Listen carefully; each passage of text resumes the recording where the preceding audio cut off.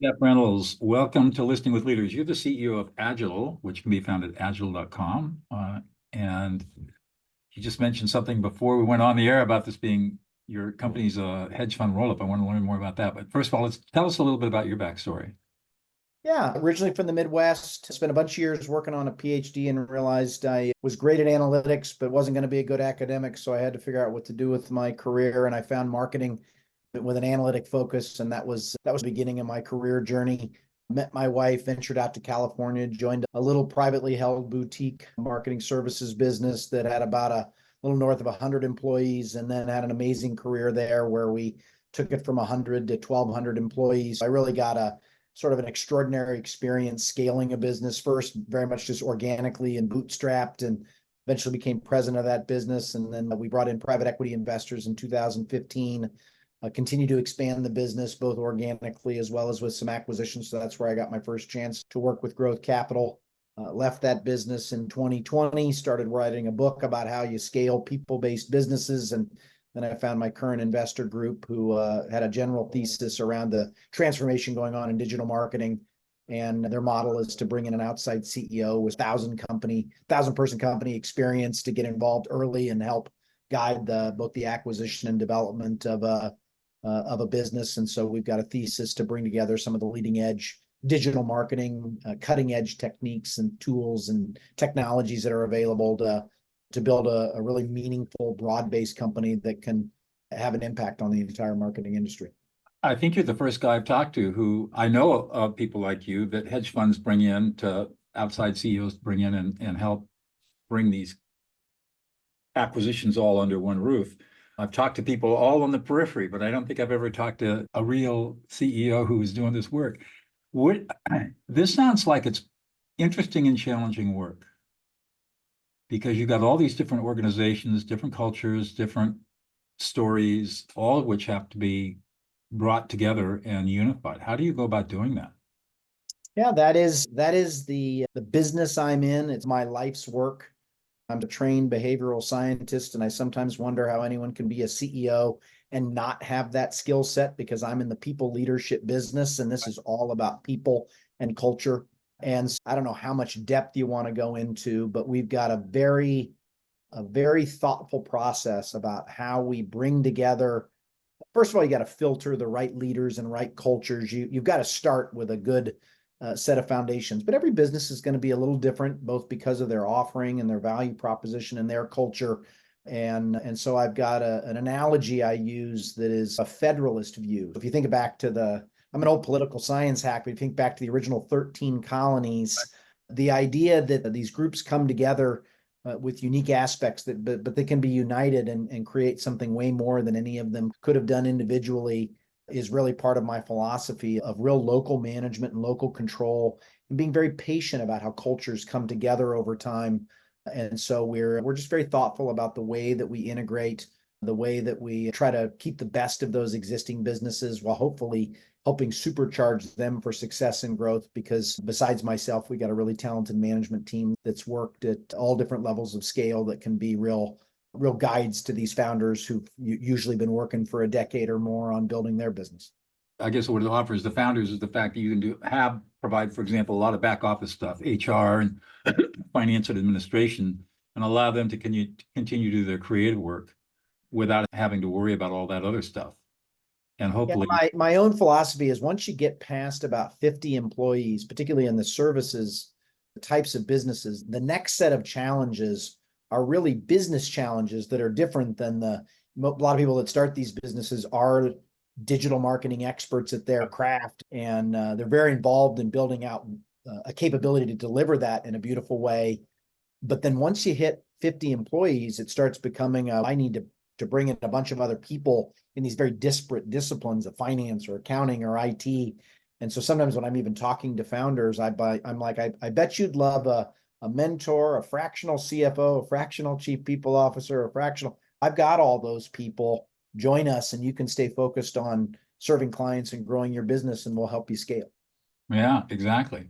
So what does it get you up in the morning? It gets you to go to work. You've been doing this for a long time. I can tell you're excited about it.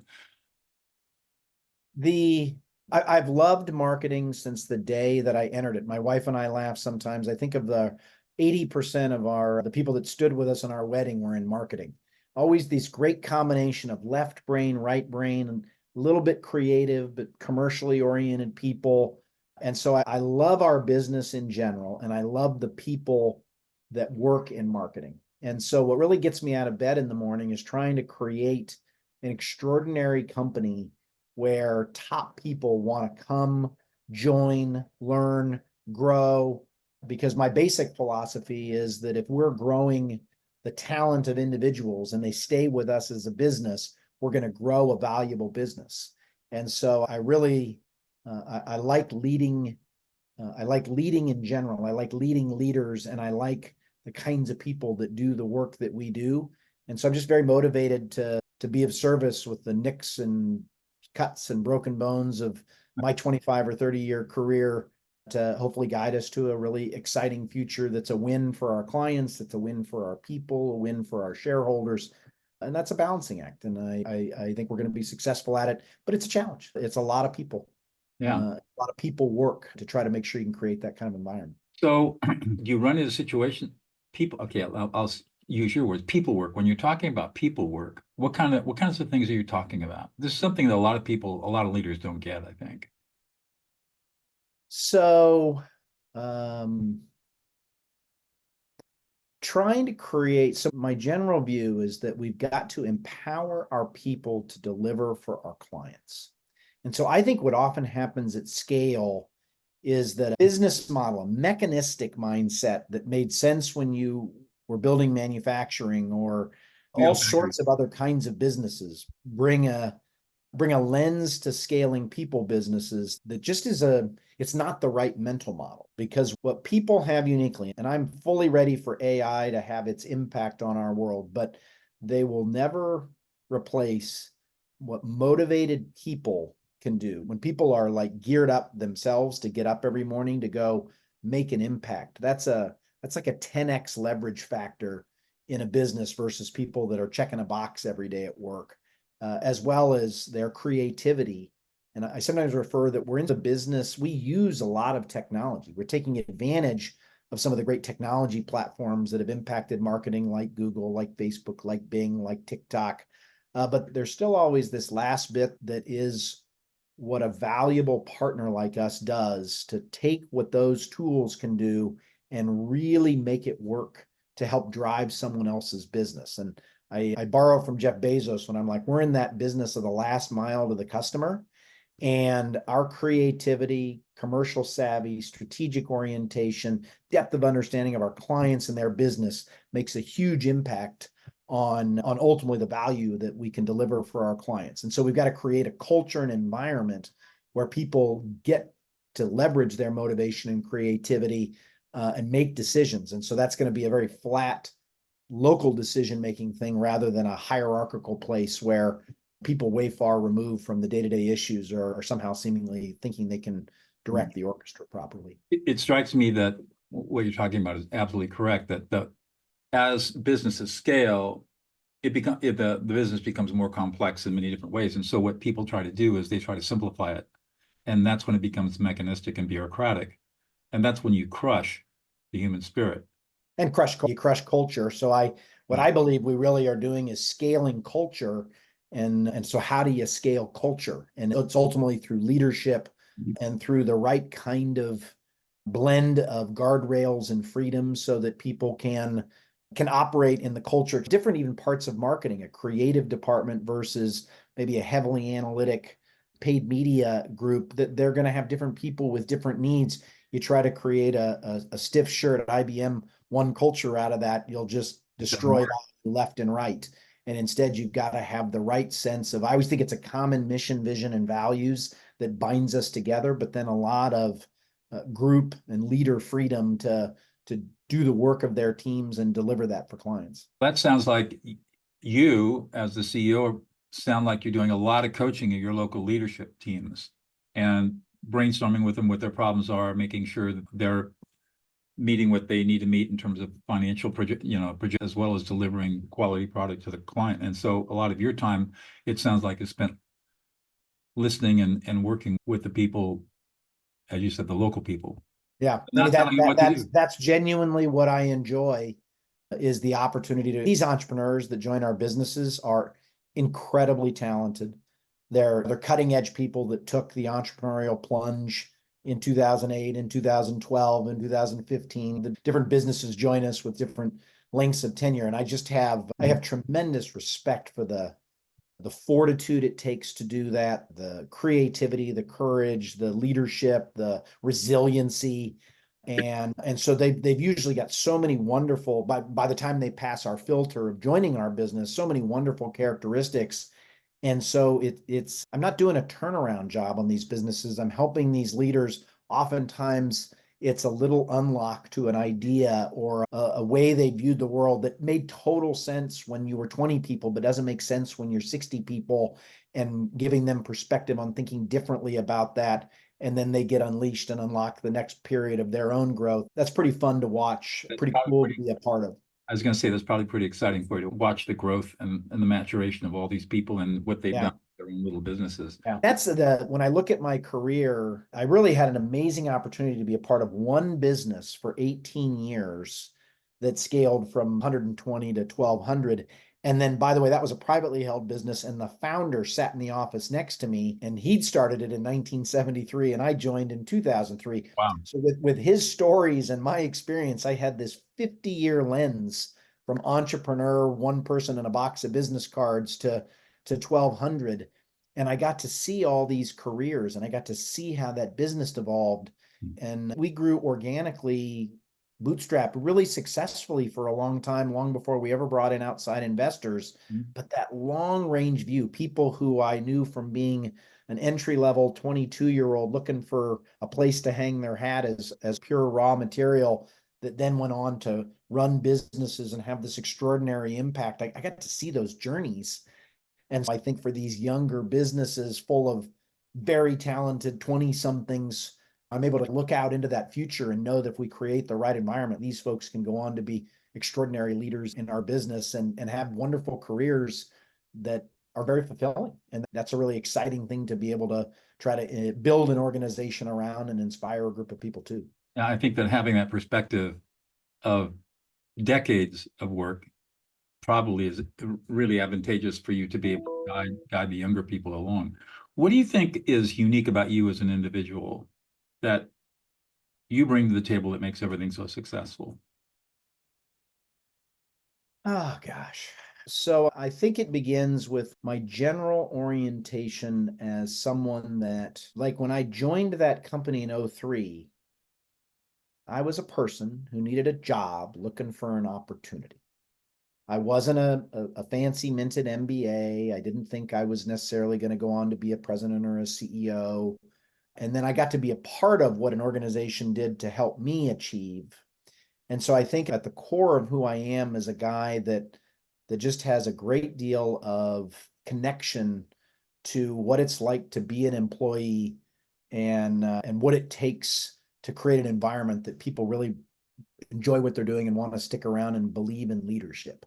And so I think there's an orientation to me that's just very much connected to my employees and my people in their journey. I think I've always been a good strategist by orientation.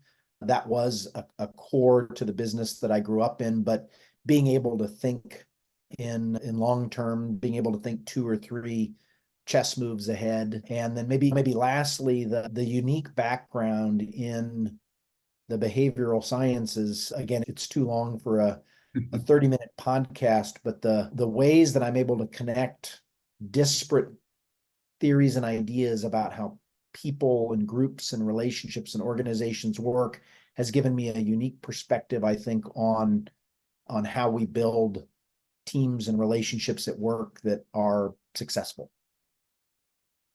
You're an integrator. I can sense that. Yeah. Did you ever finish your PhD? I didn't. I was in the midst of the dissertation when I ran out of money, ran out of gas, and realized that I wasn't going to be an academic. And then it was like, I'm going to spend another year writing this paper. I just didn't have it in me, but it also sits in my craw because I don't quit very many things very easily. And Who so in knows? some ways, went to start writing the book about scaling professional services businesses, which I wrote. I've written about 30,000 words of it. A little bit of that was because I got a chip on my shoulder for a thing I didn't finish 25 years ago. Yeah, I know. I was thinking about going back and getting a PhD, but I went around and started interviewing schools, and I found out that I'd be the one teaching the classes. So, and a JD and an MA was enough. This show's called Listening with Leaders. I don't know if you know anything about my background. I'm a lawyer turned peacemaker, and I've developed a set of skills that allows people to never have a fight or argument again in their life. Stops all fights. I'm sorry, say that again. You've developed a set of skills, what? That allows people to never have. My promise to my clients is learn these skills, and you will never have a fight or argument again in your life. And it allows you to calm any angry person in less than 90 seconds. I don't care how angry they are, and creates instant trust, loyalty, and connection, which sounds consonant with what you're talking about. I'm curious, in your career, how important has the development of your listening skills been in terms of your success and the success of your companies? Yeah. So are you familiar with an academic named John Gottman who studies conflict in couples? Very much. So John's work inspired me back in the mid 90s, and I'm actually on the board of the Gottman Institute. Oh, really? Oh, okay.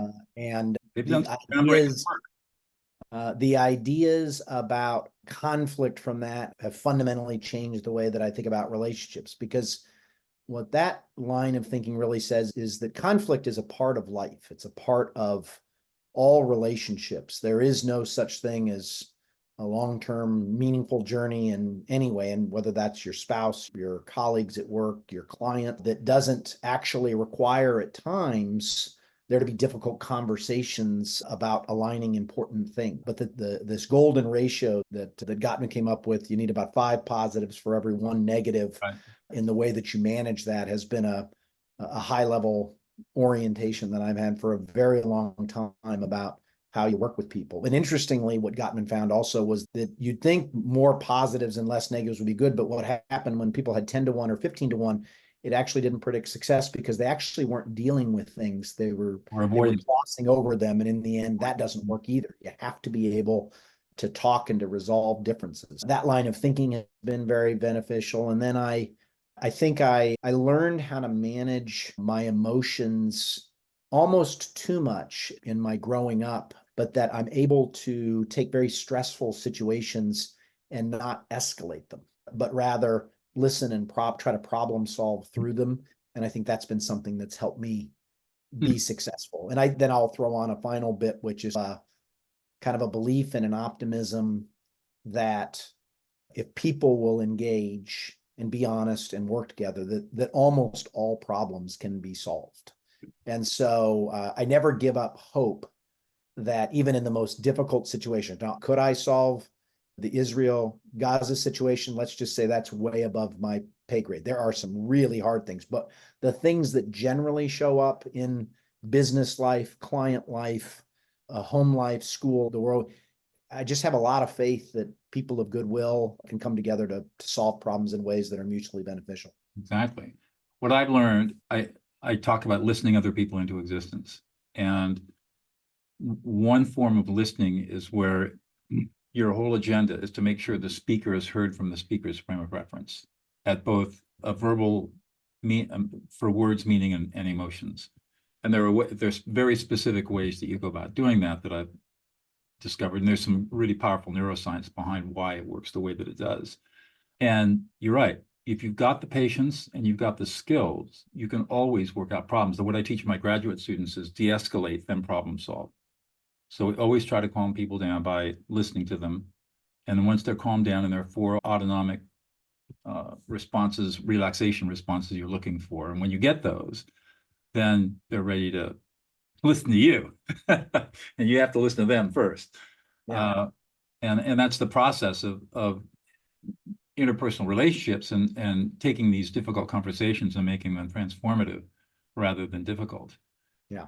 And I mean, it's a lifelong journey, because in some ways, as you grow up, the stakes get higher in some of these conversations. And so being able to manage those things at those levels of complexity isn't always easy. But agree, the concept of flooding, that once somebody is is in a state where their heart rate has risen, their cortisol levels are spiking, the brain doesn't work right to solve problems. It's just not a state that anything meaningful can be solved. So you have to find a way to de-escalate. So you Here's and the I thing would be that's- 100% aligned there. Here's the thing that's pretty cool. 2007, Lieberman, a brain scanning study came out of Lieberman's lab at UCLA that showed that when you engage in a process known as affect labeling, which is what I teach, it automatically inhibits the emotional centers of the brain and reactivates the right ventrolateral prefrontal cortex. And it takes about 90 to 120 seconds.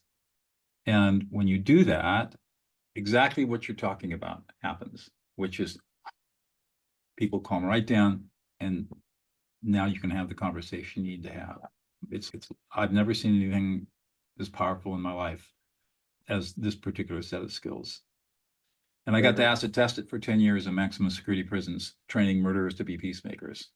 That was a pretty interesting experience. Fascinating. Where do you see yourself going? You're in the middle of growing this business. The investors they obviously want to see this thing scale and expand because that's where the money is. You're obviously excited about growing a bunch of young leaders. Where does this all take you? It's Agital as a company and as a brand is new, but it's not new because it's made up of a group of entrepreneurs that some of them started on the journey in 1996, and some of them started on their entrepreneurial journey in 2018 and everything in between. But Agital, my goal is to create something that long outlasts me. And while we are private equity backed, and I do remind our leadership team that someone's teacher's pensions fund is counting on us to produce returns, and that we are in the business of producing, value, but that I'm really always shooting for this thing that's going to be great for our clients, great for our employees, and great for our shareholders. And actually think it's a virtuous cycle when you get that going in that direction. So there's a long run of Agital that I hope outlasts me. How long I'll be on that journey. I'm 53 now. And so there is at some point there's an end state, but I'm really excited about what we're doing. I'm excited about what we're building. I'm excited for the opportunity to bring together my life's work and be the leader that's needed for this business at this time. And so that's where all of my attention is for now and the foreseeable future. And when that part is run, or I always think that George Washington guy was really smart. After 8 years, he thought it was good that leadership changed. So I'm not sure if the number's 8, but I'm pretty sure the number isn't 18 years that I ought to be running this thing. And so then after that, I think I started my career with a thought I was going to be a teacher. And in some ways in my coaching, think of myself as maybe the book gets finished and I'm able to do advisory work after that and enjoy some of the and freedoms that aren't quite as intense as the line responsibility of being the CEO of a dynamic business like this. So I encourage you to keep working on your book. I've written 4. The first one's the hardest. After that, it gets easier. But it's 1,000 words a day. 3 or 4. Let's see, 200. Yeah, 4 pages a day. That's all you got to do. And don't edit until you got the whole thing done, because you don't know what it's going to be until you get the whole thing done. Yeah. No, I think that's good advice. One last question, Jeff, and I'll let you go. What's one thing about yourself that we would never know about unless you reveal it to us?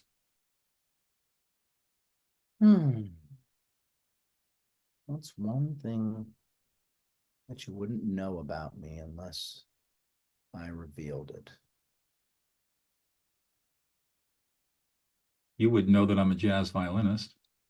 Yeah. I don't have anything like that. It's funny because I think of myself as an open book, so I reveal lots about who I am and the day-to-day way that I work. So maybe it would just be the sort of hands-on, you name it, devoted father that's in the weeds, whether it be cooking dinner back when they were little, giving baths, coaching teams. I've just really loved being a dad, and I've got a 15-year-old daughter and a 13-year-old son. And that's, as much as I love my work, and work probably gets maybe a few more hours just because of how all that works. My kids and the fun's been in life, and the challenge of that has been a pretty important part of me. So I don't know if that shows up. That's good for you. This has been a great conversation, Jeff. I've really enjoyed talking with you and getting to know you. Thanks so much for your time today. Yeah, no, I appreciate getting to know you and learning a little bit more about how you've found that there's so many wonderful niches that can be found in the world, and you've really carved out an interesting space. What a pleasure to meet and get the opportunity to spend a little time with you. Thank you.